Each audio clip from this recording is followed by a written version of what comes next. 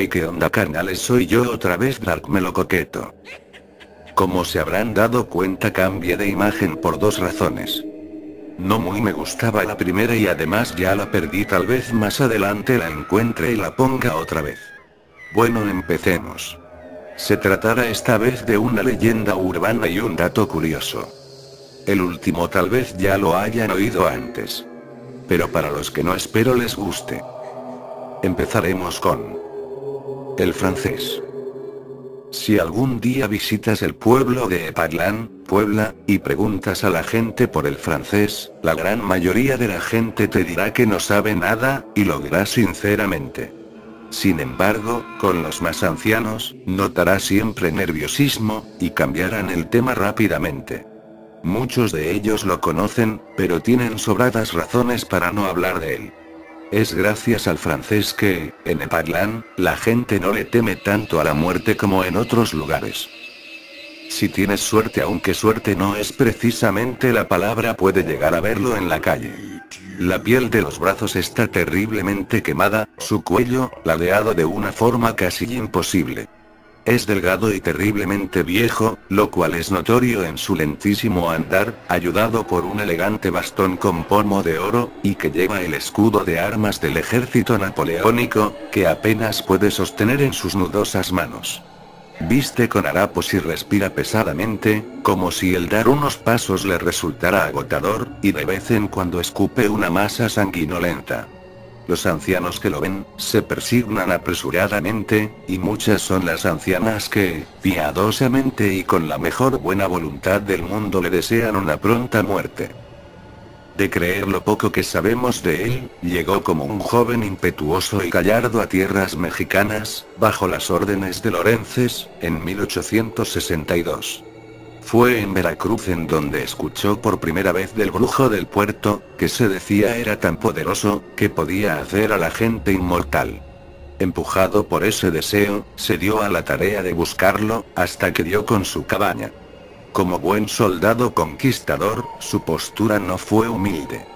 Pistola en mano, le puso el cañón en la frente, exigiéndole que le confesara el secreto, si no quería pagarlo con su vida.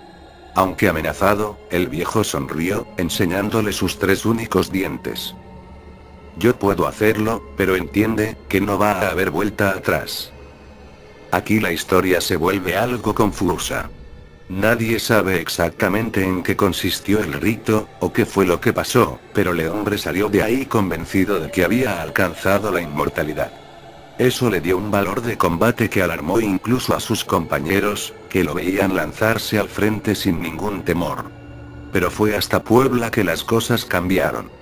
Todos sus compañeros de regimiento lo vieron. El indígena Zacapoaxtla tomó el machete y se lo hundió en el pecho, destrozándoselo por completo. El soldado fue llevado de urgencia con el médico, que prácticamente solo esperaba verlo morir. Pero en vez de ello, pudo contemplarlo como gritaba de agonía, resistiendo a los dolores, mientras el corazón latía dificultosamente a pesar de estar abierto, y el aire silbaba claramente al atravesar los dañados pulmones. Sus compañeros estaban aterrorizados, y más de uno mencionó al demonio al ver al hombre sanar lentamente, pero con todo el dolor que eso significaba. A pesar de su recuperación, el pecho le dolía tremendamente y tenía dificultades para respirar, por lo que se le dio de baja por motivos de salud. Se instaló en una pequeña villa en la ciudad de Puebla, y se la ingenió para permanecer ahí aun cuando los ejércitos fueron expulsados de México. El pecho aún le dolía de vez en cuando, pero la sensación era menos cada día, por lo que él casi juraba que se sentiría mejor. Cuando llegó a México, el soldado estaba apenas a la mitad de sus 20s, por lo que, según avanzaba el tiempo, comenzó a verse preocupado. Al cumplir los 30s, se veía de esa edad, lo que significaba que estaba envejeciendo. La experiencia del machete le dio seguridad de su inmortalidad, por lo que su primera idea es que seguiría cambiando hasta llegar al límite de su fuerza, en donde eventualmente se detendría. El hombre comenzó a hacerse cargo de negocios, e incluso se casó bien. Al llegar a los 40 se empezó a ver las primeras canas, y su resistencia física, a pesar de haber llevado una vida militar, iba disminuyendo lentamente. Fue al llegar al fin de siglo, que se dio cuenta estaba por llegar a los 60 años, y los aparentaba perfectamente. Fue una mañana de 1901 cuando cayó en cuenta. El brujo habló de hacerlo inmortal, pero no se mencionó nada de la eterna juventud. En 1905 contrajo tuberculosis, seguramente por el mal estado de sus pulmones. La tos era terrible, y en varias ocasiones llegaba a escupir sangre. Los médicos que lo examinaron, no le dieron más que unos 5 años de vida. Desafortunadamente ignoraban lo que el destino le tenía deparado. Cuando tuvo que salir de la ciudad en 1910, para refugiarse en Campeche, no podía dar un par de pasos sin sentir que se quemaba por dentro. Para 1912 cumplía los 86 años, y fue cuando se presentaron los primeros síntomas de artritis. Es cuando vuelve a Puebla, a preparar su testamento, y compra una hacienda en Epatlán, donde se retiraría definitivamente. El dolor de las articulaciones era insoportable, y su dificultoso respirar resultaba horrible para quienes lo escuchaban.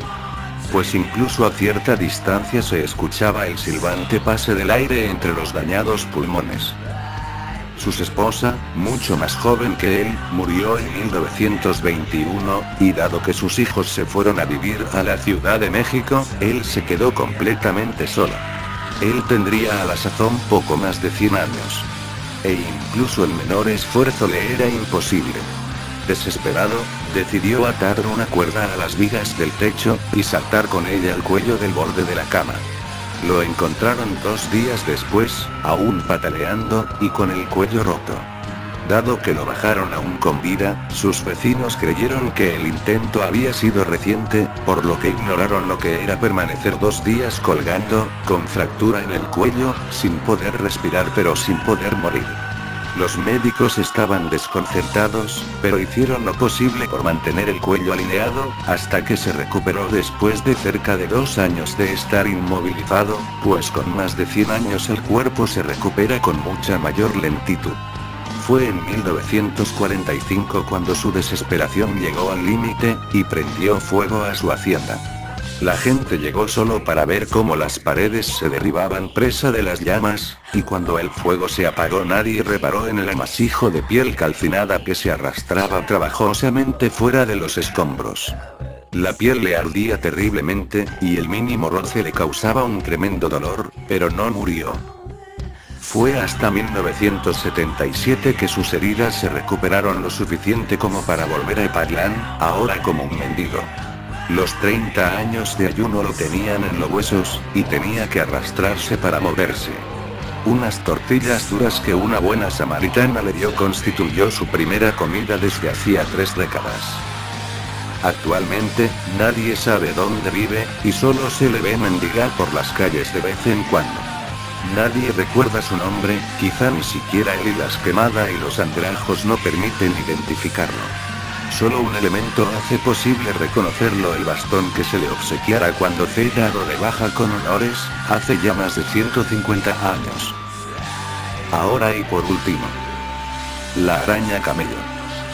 Las historias sobre la araña camello comenzaron a propagarse durante la Guerra del Golfo.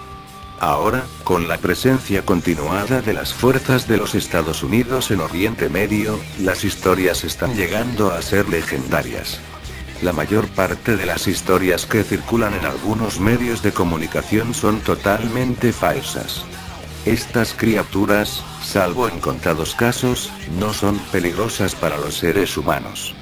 Pero, peligrosas o no, estas criaturas están horrorizando a muchos, y es que la aracnofobia es uno de nuestros miedos más comunes y posiblemente la fobia de animales más extendida. Algunas leyendas urbanas sobre la araña camello que se cuentan pero son falsas. Las arañas camello pueden alcanzar velocidades de unos 40 km por hora. Cuando corren a por sus víctimas, estas producen un sonido parecido a un grito. Las arañas camello pueden alcanzar dimensiones tan grandes como un disco volador. El veneno de la araña camello es un tranquilizante y lo utiliza para dormir a sus víctimas, luego las devora poco a poco por dentro. Estas arañas pueden saltar unos 4 metros de alto para abalanzarse sobre sus presas. Las arañas camello deben su nombre a su predilección por atacar camellos. De un salto se agarran al estómago del animal, lo muerden, una vez dormido se introduce en el interior del cuerpo del camello devorándolo poco a poco desde dentro hasta que se comen todo el estómago y vísceras. Las arañas camello están siendo transportadas por desaprensivos a países occidentales como mascotas, pronto podrían ser una horrible amenaza. Ahora los hechos reales, esto quiere decir la verdad de las arañas camello. Las arañas camello miden un máximo de 15.25 centímetros. Alcanzan velocidades de 10 millas por hora. No tienen ningún veneno. No saltan. Realmente reciben su nombre porque habitan en el desierto. Además anestesian a sus víctimas pero no las devoran por dentro. Bueno chicos, hasta aquí llega el vídeo de hoy, espero les haya gustado, nos vemos y si les gustó el vídeo póngale pulgar arriba. Hasta la próxima.